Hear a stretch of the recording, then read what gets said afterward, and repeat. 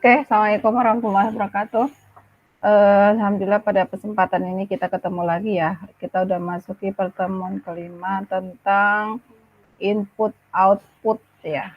Jadi kita kemarin pertemuan 4 udah membahas tentang external memory. Ya mungkin kalian ya review lagi bahwa memori eksternal yang kita bahas kemarin tuh ada berbagai macam juga ya. Kemudian uh, uh, banyak hal yang kita bahas kemarin ya. Eksternal memori itu ada yang berkaitan dengan bagaimana proses penyimpanan dalam CD-ROM misalkan ya. Kemudian kemarin tentang write ya. Nah itu ingat-ingat lagi. Oke, sedikit mereview ya. Oke, kita sekarang masuk pada pertemuan kelima. Kalau kemarin kita menggunakan Google Meet ya dalam satu kelas dan semuanya pada masuk semua, alhamdulillah pada pertemuan kelima ini saya hanya tidur aja karena memang mengingat kaliannya juga karena memang biar tidak ada kebosanan juga, kemudian supaya ada variasi pembelajaran yang membuat kita tidak bosan. Oke, kita mulai aja ya. Nanti ada tugas ya, siap-siap tugas yang harus kalian kerjakan nantinya. Yang mungkin nanti saya jelaskan pada akhir pertemuan. Oke, kita bahas sedikit tentang input output, di mana kalau berhubungan dengan input output kita pasti bahas tentang apa sih inputan dalam komputer itu, apa sih keluarnya. Kemudian sebelum kita bahas input output itu sendiri, kita bahas dulu 3 komponen utama dalam sistem komputer itu ada CPU ya, kemudian ada memori, ada peralatan masukan atau keluaran atau input output device ya. Nah, CPU Central Processing ini tempat prosesan yang memang digunakan untuk sarana sebagai sebuah central processing yang semua pemrosesan ada di sana seperti ALU dan bentuk pemrosesan lainnya dalam sistem komputer yang semuanya pemrosesan ada di CPU. Kemudian sistem memori. Memori ini ada primer dan sekunder ya. Memori primer ini memori utama yang proses kemarin kita bahas ya, memori itu ada eksternal dan memori internal ya. Nah, memori internal kita bahas kemarin pada pertemuan yang ketiga. Sekarang kemarin pertemuan kemarin kita membahas tentang memori eksternal dan kemudian peralatan input output ya, serasa mau udah paham semua ya, yang termasuk perangkat misalkan peralatan masukan seperti printer, monitor, keyboard, mouse dan modem. Nah, itu sebuah perangkat ya, masukan dan keluaran yang terhubung ke sistem komputer. Nah, kemudian, nah ini untuk berkomunikasi dengan perangkat luarnya, ada yang namanya modul input output. Nah, modul input output ini piranti tidak langsung dihubungkan dengan bus sistem komputer. Mengapa? Yang pertama, bervariasi mode operasi piranti peripheral sehingga tidak praktis apabila sistem komputer harus menangani berbagai macam sistem operasi piranti peripheral tersebut. Jadi memang perlu adanya perantara ya antara proses di dalam dengan proses luar, input dan output, ada modul yang menghubungkannya. Kemudian kecepatan transfer data piranti peripheral umumnya lebih lambat daripada laju transfer pada CPU maupun memori. Benar ya? Pada CPU ya, karena semua operasi itu ada jadi CPU ya. Jadi kecepatannya tuh sangat berpengaruh pada data yang tersimpan, kemudian proses yang terjadi dalam CPU itu akan memperlama atau mempercepat kerja sebuah CPU. Jadi memang ini perlu diperhatikan gitu ya. Kemudian format data dan panjang data pada piranti peripheral seringkali berbeda dengan CPU sehingga perlu modul untuk menselaraskannya ya. Jadi benar ya, kalau datanya dan panjang data dan piranti peripheral seringkali berbeda, benar ya. Nah, untuk berkomunikasinya kita menggunakan yang namanya kemarin untuk mempercepat proses CPU itu kita ada yang namanya kemarin memori internal ya. Ada yang namanya prosesnya menggunakan penyimpan yang menggunakan cache memori, register gitu ya, DMA gitu ya, kemarin kita bahas. Mana memori internal ini digunakan untuk mempercepat ya proses dari kerja dari CPU itu sendiri gitu ya. Nah itu. Nah kemudian, sistem masuk atau keluaran komputer intinya mempelajari input output suatu komputer. Yang pertama menjembati CPU dan memori dengan dunia luar merupakan hal yang terpenting untuk kita ketahui, benar ya. Jadi bagaimana komunikasi antara CPU dengan perangkat luarnya itu harus kita pahami ya. Mengenai fungsi dan struktur modul input itu bagaimana? Nah, itu yang perlu kita pahami juga. Kemudian di sini model generik suatu model input ini adalah komunikasi ya. Ini adalah basis sistem kemarin kita bahas ya. Nah, basis sistem ini adalah jalur komunikasi yang mengatur komunikasi antara modul input output dengan CPU. Nah, yang mengatur adalah bus system. Nah, kemarin kita tahu bahwa bus system itu ada 3 kemarin ya, address line ya, data line, control line. Jadi bus data, bus lama dan bus control. Nah, ini yang kita bahas kemarin. Ini adalah modul yang akan kita bahas di sini adalah modul input output. Nah, ini yang terhubung kemana? Nah, itu ke bisa ke CPU, bisa ke keyboard, dan bisa ke mouse. Ya, maksud apa? Input. Ya, jadi kita bagaimana komunikasi ini dibahas dan bagaimana komunikasinya itu kita bahas pada pertemuan yang kelima itu modul input dan output. Oke. Kemudian di sini ada modul input output ya, di mana modul input output ini adalah suatu komponen dalam sistem komputer yang pertama bertanggung jawab atas pengontrolan sebuah perangkat luar atau lebih ya, perangkat luar atau lebih itu maksudnya bisa pengontrolan secara pengontrolan secara menggunakan address bus atau tadi apa alamat kontrol gitu ya. Kemudian antar muka internal dengan komputer. Nah, ini harus kita pahami bahwa antar muka internal dengan komputer CPU itu harus kita pahami juga. Kemudian antar muka dengan perangkat eksternal untuk menjalani fungsi-fungsi pengontrol juga kita pahami. Jadi komunikasinya itu menggunakan modul input dan output. Kemudian di sini fungsi modul input output itu ada yang pertama kontrol dan timing. Jadi dia sebagai pengatur waktu ya, kemudian komunikasi dengan CPU ya, kemudian komunikasi perangkat eksternal ya, benar ya. Oke, data buffering ya, buffering ini data yang sementara disimpan di buffering ya, kemarin kita bahas pada memori internal, kemudian deteksi error. Nah, ini deteksi error kemarin kita bahas interfacing ya, buffering ya. Nah, kita bahas ini ya, interfacing. Nah, deteksi bagaimana sebuah komputer untuk mendeteksi sebuah kesalahan yang terjadi ketika kita melakukan sebuah prosesan data atau inputan atau proses dalam menjalankan sebuah komunikasi antara CPU dengan perangkat luarnya. Ini yang sangat berperan adalah di sini deteksi error atau kesalahan ya. Kemudian kontrol dan pewaktu. Nah, ini fungsinya, fungsi kontrol dan pewaktu ya atau timing ya, kontrol timing merupakan hal yang penting untuk mensinkronkan kerja masing-masing komponen penyusun komputer. Kemudian dalam sekali waktu CPU berkomunikasi dengan satu atau lebih perangkat dengan pola tidak menentu dan kecepatan transfer komunikasi data yang beragam. Baik dengan perangkat internal seperti register, memori utama, memori sekunder, dan perangkat peripheral. Gitu ya, ini komunikasinya. Kemudian proses tersebut bisa berjalan dengan apabila ada fungsi kontrol dan pewaktu yang mengatur sistem secara keseluruhan. Benar ya? Transfer data tidak akan lepas dari penggunaan sistem bus. Benar ya. Nah, sistem bus ini yang akan mengatur bagaimana kontrol, bagaimana timing ya, ini yang terjadi adalah sistem komputer. Maka interaksi CPU dan modul input akan melibatkan kontrol dan pewaktuan sebuah arbitrasi bus atau lebih.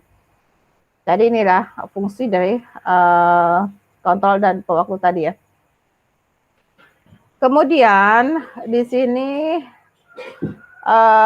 langkah-langkah pemindahan data dari peripheral ke CPU melalui sebuah modul input output. Benar ya.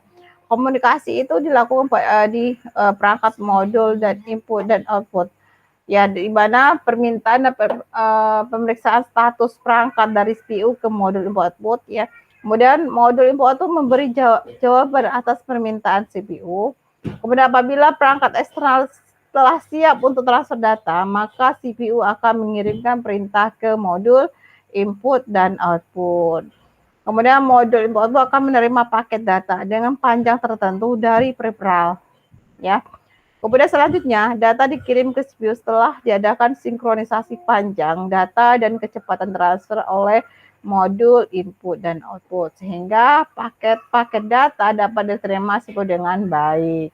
Nah, ini langkah-langkah pemindahan data tadi ya, dari perangkat peripheral ke CPU melalui sebuah modul input dan output. Kemudian inilah proses fungsi komunikasi antara CPU dan modul input output, di mana komunikasinya digunakan dalam 3 cara. Yang pertama, command decoding, yaitu modul input output menerima perintah dari CPU yang dikirimkan sebagai sinyal bagi bus control. Misalnya sebuah modul input untuk disk akan menerima perintah read, set port, scan record, ID, atau format disk. Nah, ini disebut command decoding. Jadi memang sebuah perintah yang memang kita yang berfungsi di sini adalah sinyal bus control ya, bus control ya. Misalnya tadi kita bahas bagaimana dia sebuah modul itu untuk menerima perintah bagaimana read, sector, scan recording, format disk. Nah, itu harus kita pahami. Kemudian data, pertukaran data antara CPU dan modul input output melalui bus data, ya ini perlu kita pahami juga di mana data ini digunakan untuk pertukaran data antara CPU dan modul input melalui bus data, benar ya. Yang berfungsi di sini adalah bus data.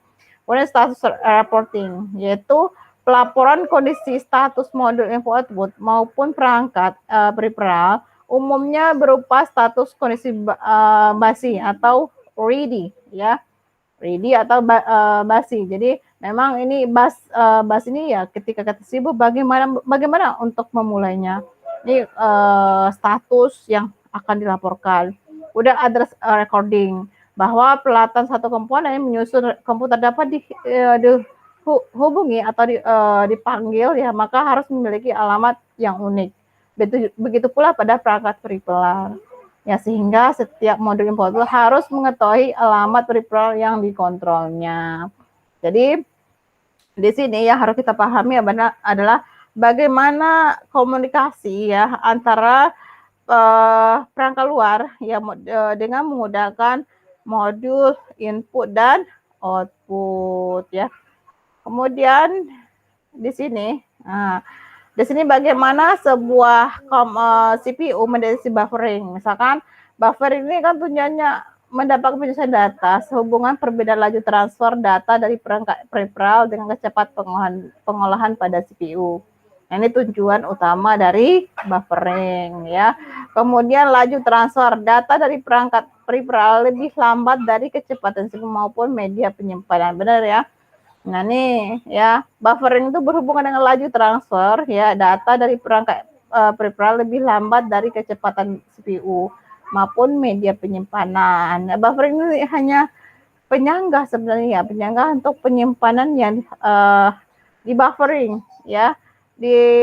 Untuk misalkan kalau kita pengen sebuah proses itu biasanya data yang sering kita ambil atau kita gunakan biasanya naruhnya di buffering, ngecas memori misalnya kan, biar nanti transfer datanya juga lebih cepat gitu. Kemudian dalam sistem komputer bagaimana mendeteksi kesalahan? Yang pertama, bila perangkat peripheral terdapat masalah sehingga proses tidak dapat dijalankan, maka modul input akan melaporkan kesalahan ya. Contohnya informasi kesalahan pada peripheral perintah seperti kertas tergulung, tinta habis atau kertas habis. Nah, itu salah satu deteksi kesalahan yang tampilkan notifikasinya melalui sistem komputer ya. Nah, teknik yang umum untuk deteksi kesalahan adalah penggunaan pita paritas ya. Nah ini ya. Ya ini yang umumnya kita gunakan, misalkan kalau misalkan baterai mau habis, misalkan yang komunikasi mesti digunakan dalam berarti modul input dan output ya.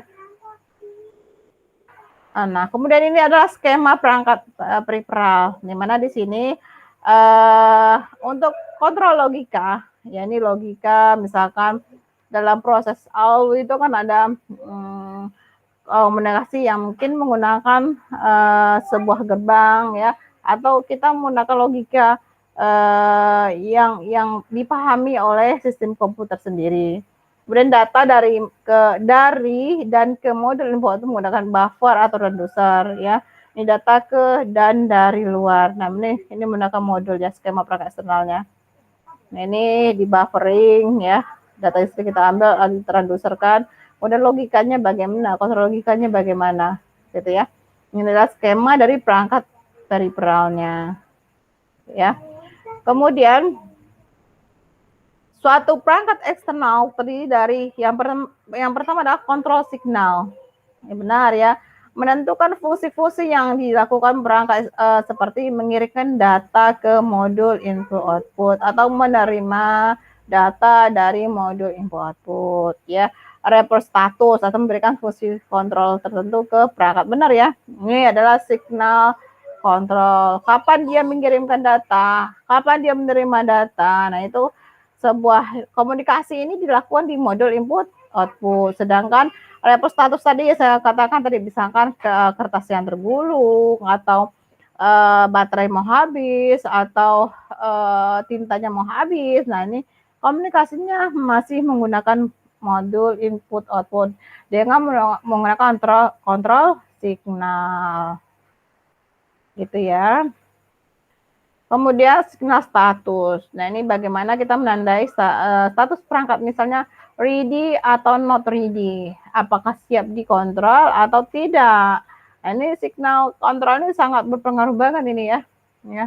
Kontrol logik berkaitan dengan perangkat mengontrol operasi perangkat dalam memberikan respon yang berasal dari modul input dan output. Bagaimana pengontrolnya? Ya, kontrol logiknya bagaimana ya. Nah, bagaimana respon dari modul input itu sendiri? Nah, ini yang berkomunikasi adalah kontrol logik, gitu ya. Nah, kemudian transducer. Transducer ini mengubah data dari energi listrik menjadi energi lain atau energi tertentu ke energi listrik, ya. Buffer menampung sementara data yang ditransfer di antara modul info output dan dunia luar. Ini buffering ya. Menampung sementara data yang ditransfer di antara modul info output dan dunia luar. Ukuran buffernya umum ya, 8 sampai 16 bit. Ya, itulah fungsinya tadi ya, yang saya jelaskan tadi. Jadi buffer itu menampung sementara sebenarnya data yang mau kita ambil atau mau kita kirimkan. Nah, kemudian keyboard dan monitor ya. Nah, keyboard ini adalah salah satu perangkat yang komunikasinya menggunakan input dari sistem komputer ya. Di mana input keyboard ini ketika sebuah tombol tekan oleh user, maka ini akan menghasilkan signal listrik yang diinterpretasikan oleh transducer pada keyboard dan diterjemahkan ke dalam pola bit kode ASCII tertentu. Nah, ini kode ASCII ini ada 7 bit dan 8 bit. Ingat ya, nanti kalau saya masih ingat nih, kalau skripsi saya itu kan dulu dia menggunakan handphone yang Siemens C35 dulunya, yang jadul banget, untuk komunikasinya dengan untuk komunikasi ya dengan kebetulan skripsi saya sistem pengontrolan yang berbasis CMS. Jadi kita harus tahu pola ASCII itu kayak gimana sih ya. Jadi kalau kita mengetik huruf A, C, D, E itu, nah diterjemahkan dulu ya pola ASCII ini ke bahasa yang dimengerti oleh keyboard ya. Jadi tidak misalkan kalau ketik dia tidak akan muncul aja, jadi diproses kode ASCII dulu yang akan berperan gitu ya. Kemudian pola bit ini kemudian ditransmisikan ke modul input pada komputer, gitu ya. Di mana di sini, nah komunikasinya ditransmisikan ke modul input output, ya pada komputer. Nah, ingat ya, nanti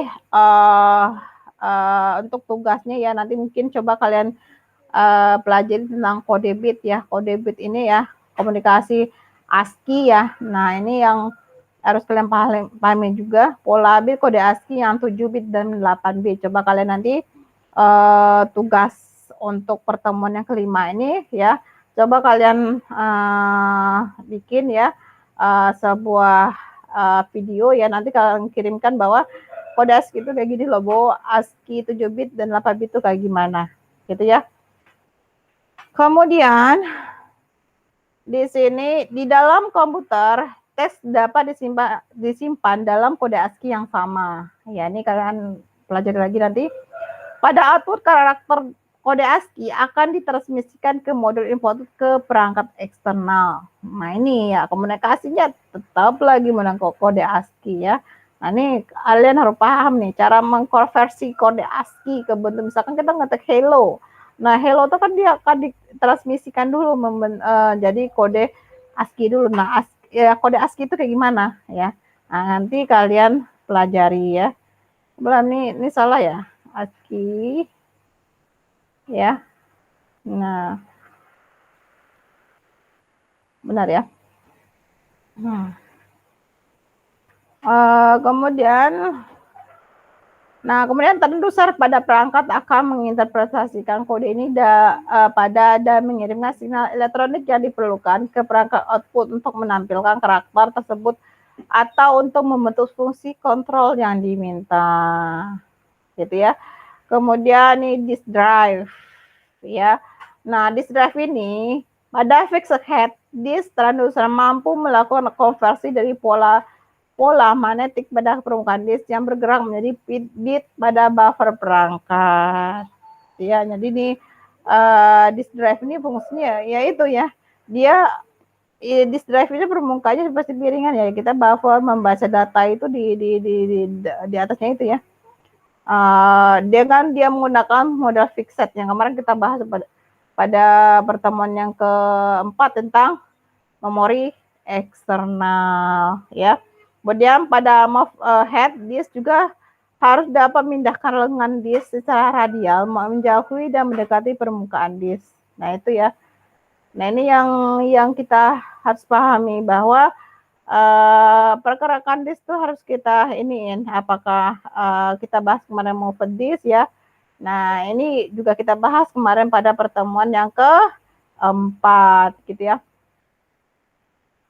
Kemudian ada fungsi modul input-output, di mana modul input-output ini merupakan suatu entity di dalam komputer yang bertanggung jawab atas pengontrolan sebuah perangkat eksternal atau lebih, dan untuk pertukaran data antara perangkat-perangkat tersebut dengan memori utama dan atau register CPU. Gitu ya. Kemudian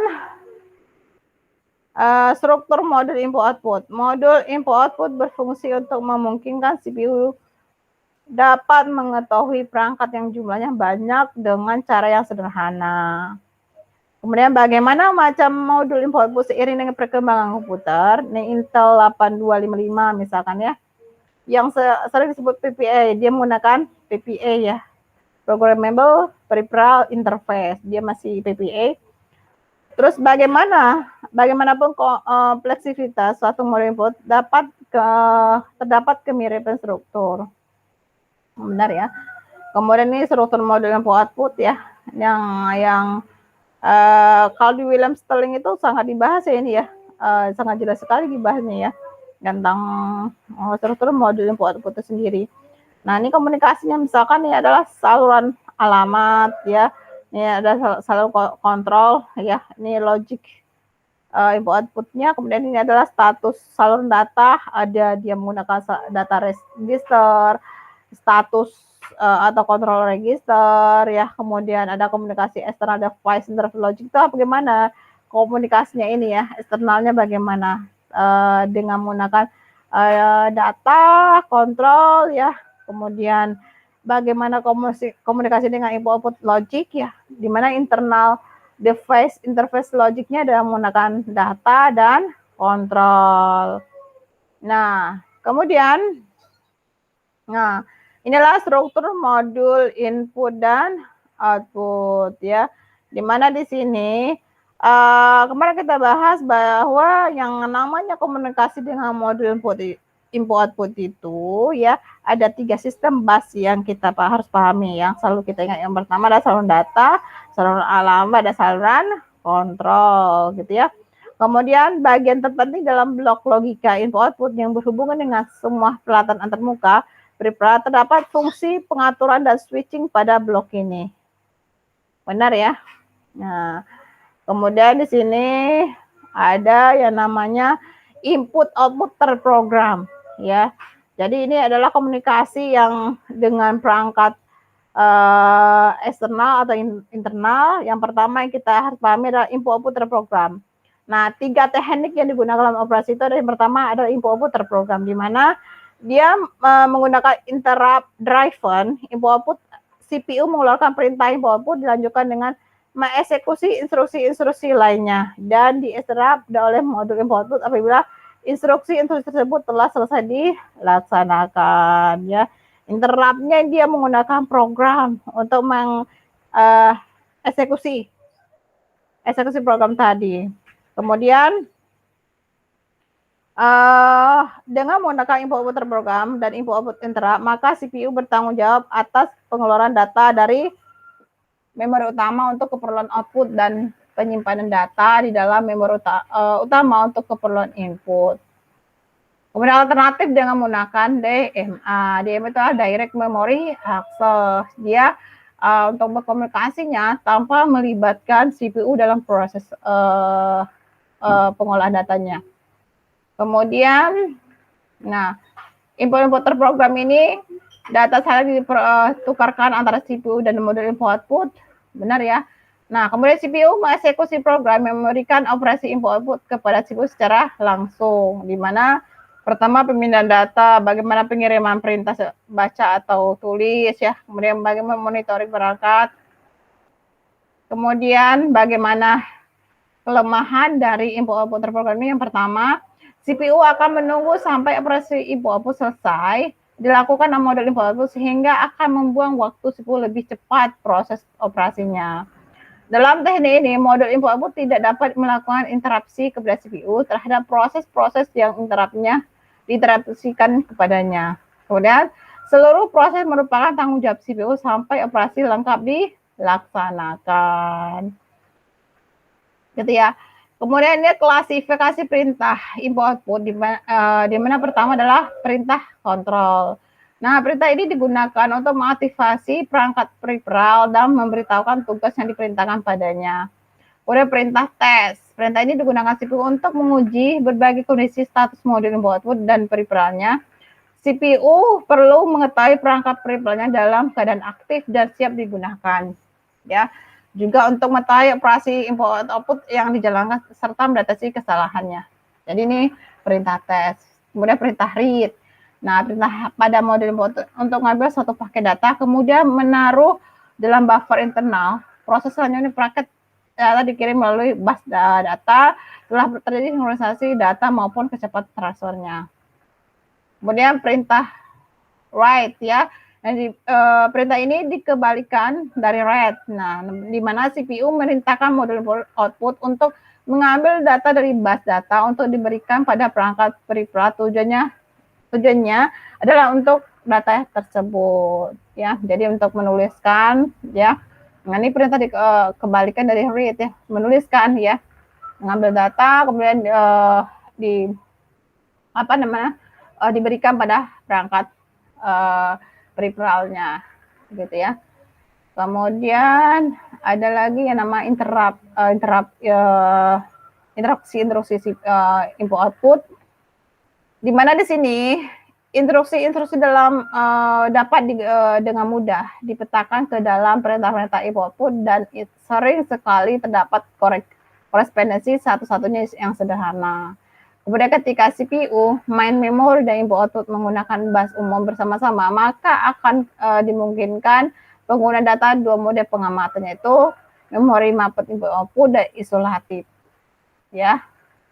Nah, kemudian Nah, ini ya, apa itu memori maupun input output, di mana terdapat ruang tunggal untuk lokasi memori dan perangkat input output. Nah, kemudian CPU memperlakukan register status dan register data modul input output sebagai lokasi memori dan menggunakan instruksi mesin yang sama untuk mengakses baik memori maupun perangkat input output. Kemudian konsekuensinya adalah diperlukan saluran tunggal untuk pembacaan dan saluran tunggal untuk penulisan. Nah, keuntungannya adalah yang pertama, efisiensi dalam pemrograman, namun memakan banyak ruang memori alamat. Ya, kalau banyak menggunakan memori alamat, maka prosesnya akan semakin lama ya. Nah, untuk memberi alamat yang berharga akan habis terpakai, benar ya. Jadi kalau habis terpakai, maka komunikasinya juga akan semakin lama gitu ya. Kemudian dilakukan pemisahan ruang pengamatan bagi memori dan ruang pengamatan bagi input output. Dengan teknik ini diperlukan bus yang dilengkapi dengan saluran pembacaan dan penulisan memori tambah saluran perintah output. Kemudian port input output hanya dapat diakses dengan perintah-perintah input output khusus yang akan mengaktifasi saluran perintah input output pada bus. Keuntungannya adalah sedikitnya intrusi input output ya. Kemudian di sini interrupt driven input output, di mana proses tidak membuang-buang waktu. Prosesnya CPU mengeluarkan perintah input output pada modul input output bersamaan perintah input output dijalankan modul input output, maka CPU akan melakukan eksekusi perintah-perintah lainnya. Ya.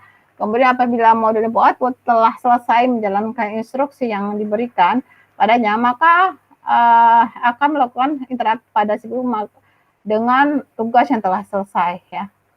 Nah, itu ya. Ini yang disebut dengan interrupt driven input dan output. Kemudian ini sangat panjang ya slide nih ya. Ada sekitar berapa ini? Ya mungkin ini kalau dulu saya ngajar itu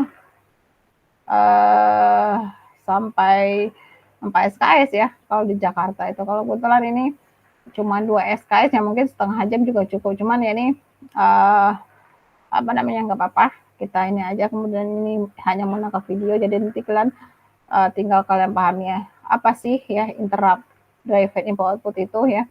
Nah, ini cara kerja teknik interrupt dari sisi modul input output. Nah, ini yang pertama, bagaimana modul input output menerima perintah, melaksanakan perintah ya, kemudian modul mengeluarkan sinyal interrupt ke CPU melalui saluran kontrol.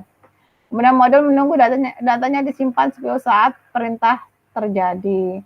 Kemudian modul meletakkan data pada bus data, kemudian modul siap menerima perintah selanjutnya. Nah, itu bagaimana komunikasi teknik dari interrupt driven.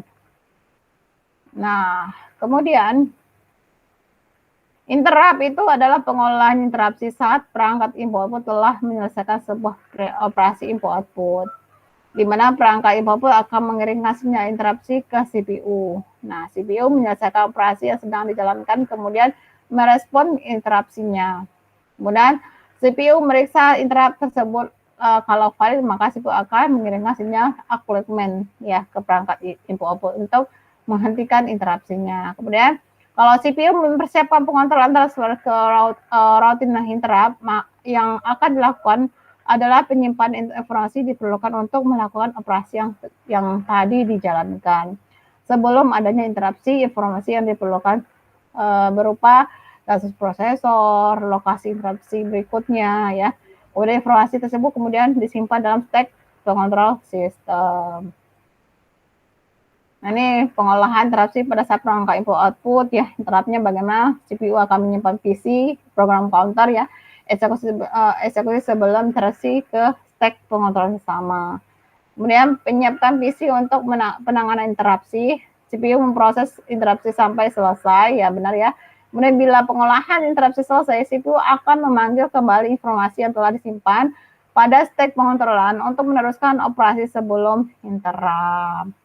Ya, nah ini kelemahannya, kesimpulannya, di mana kelemahan dari peralatan modul input output ini memang apa ya, tergantung dari jenis proses dari